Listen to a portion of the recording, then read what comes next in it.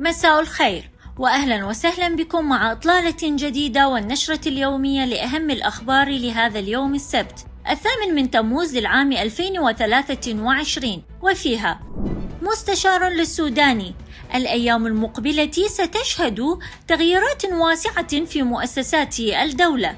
قتل وجرحى في هجوم بالأحزمة الناسفة على مركز للشرطة في مدينة زاهدان بإيران. الأحد: انطلاق عملية تحديث سجل الناخبين لانتخابات مجالس المحافظات.